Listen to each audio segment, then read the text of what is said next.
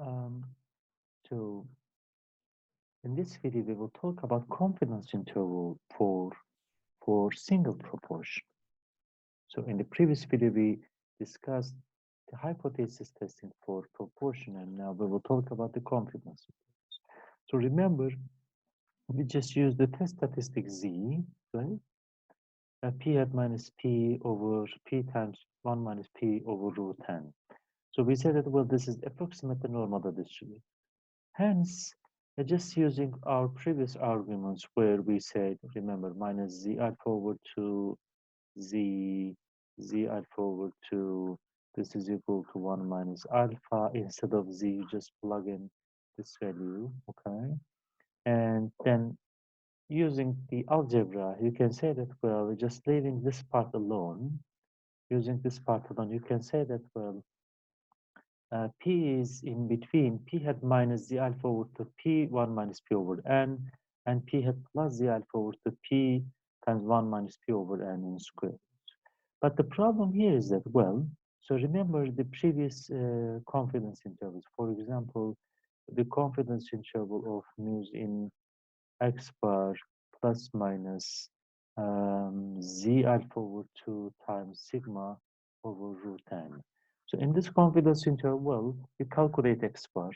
We know Z alpha over 2 from the table. Okay? And sigma is given and n is the sample size. So we know everything here. But the problem is, well, we don't know p there. Okay? I don't know p. What is the value of p? So this confidence interval depends on values which we don't know. What I can do is, okay, what I can do is, I can use its estimate, okay? I can just use p hat instead of p and just write it as p hat minus here plus here, z alpha over 2 p hat times 1 minus p hat divided by n, okay? So instead of here, instead of p and 1 minus p, instead of p and 1 minus p, I just put p hat there. So you have an approximate confidence interval. So let's make an example. A random sample of 500 households was taken from among all the TV owners in Istanbul, and the sample contained 340 subscribers to the TiViBu service. Just find that 95% confidence interval that the true proportion P, the true proportion P of households with TV sets in Istanbul have subscription to TiViBu services. Okay. Now again, so I have the random variable x, which is 1 if the household is a subscriber to where? To TiViBu, okay, to TiViBu, 0 otherwise. So it turns out that, well, the sum of xi's 1, 1, 1, 0, 0, 1, 0, 1, it turns out that this is equal to 314 Istanbul, okay? So P is the true proportion, the population proportion of TiViBu subscribers in Istanbul.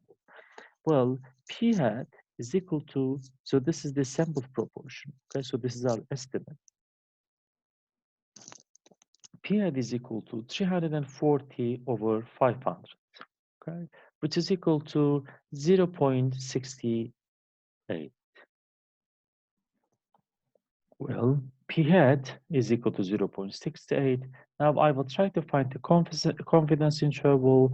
This is my formula, p hat plus minus z alpha over 2 times p hat 1 minus p hat over n. Just plug in the values. This is p hat. This is z alpha over 2, which is z sub 0.025, right? And this is p hat 1 minus p hat over n. And it turns out that this is an approximate confidence interval for the proportion. So I am 95% confident, or I am 95% sure that the unknown parameter p is between 0.64 and 0.72. Okay, so remember, we were talking about the error in estimating the mean, right? Remember, this was x bar, and this was x bar plus z alpha over 2 times sigma over root 10, right? And this p was mu, and we say that, okay, the error is just z alpha over 2 times sigma over root 10, okay? So in order to find the n here, what we do is we just make some algebra and leave n alone and find the required number of samples. Similarly, the error is equal to this part, right? Z alpha over 2 times in square root p hat q hat over n.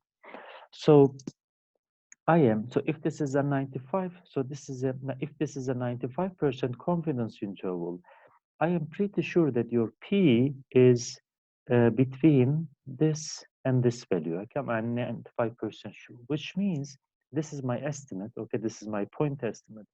So the greatest error can be, so if P is here, P hat is here. So the greatest error is P hat minus P is equal to this part. Okay, this part.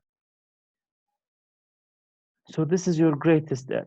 You are 1 minus alpha times 100% sure that your error is at most this value. Okay.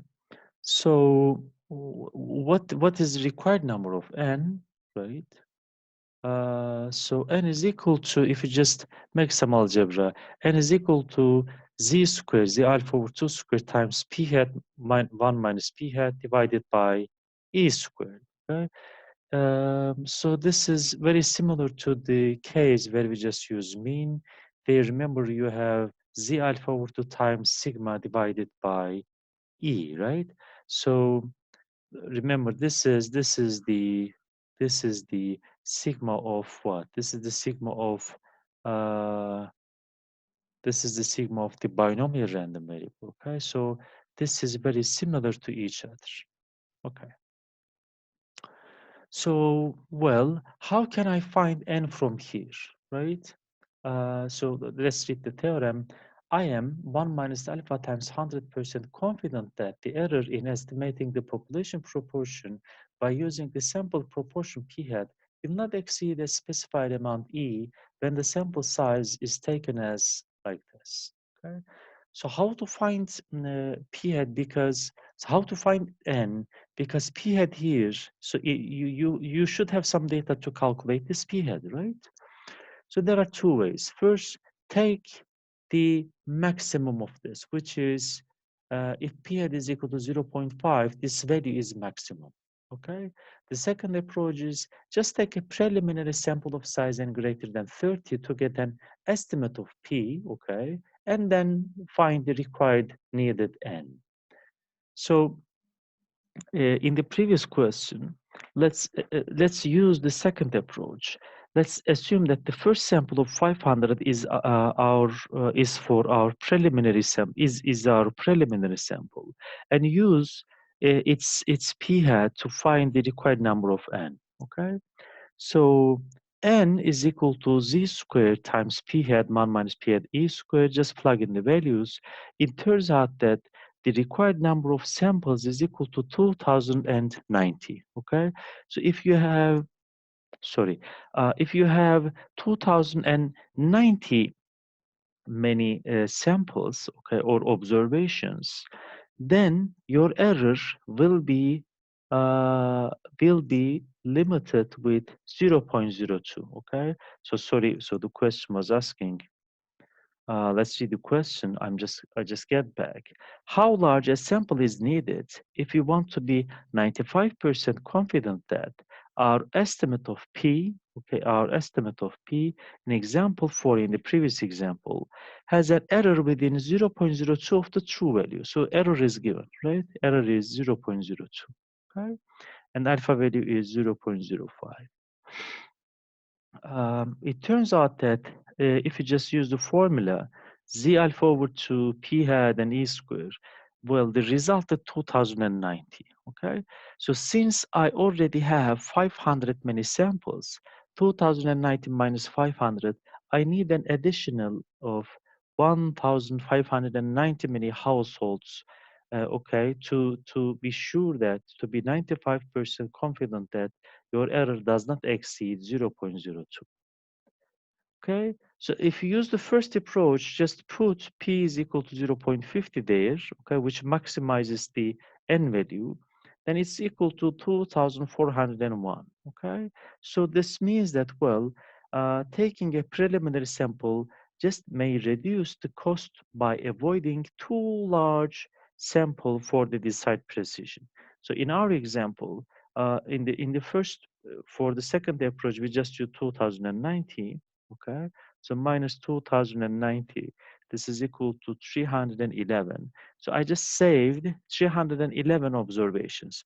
Why do I say I just saved? Because making experiments is always costly. Okay, so asking some people if you have a TiViBu subscription or not is always costly. Why? Because you at least you need to hire someone who goes and ask people whether you have a TiViBu subscription or not. Okay, so what you want to do is you want to make a hypothesis test or confidence interval with the minimum number of observations. But of course, you cannot make it with 10 or 15. What is the minimum required number of n? You just find it by setting your error term. So if the error in our case is 0.02, then you need how many? 2090 many observations, okay? Or if you just use the first approach, 2400 many observations. But it turns out that, well, 2090 is just enough, okay? So you don't need an additional 311 observations, which is given by the first approach.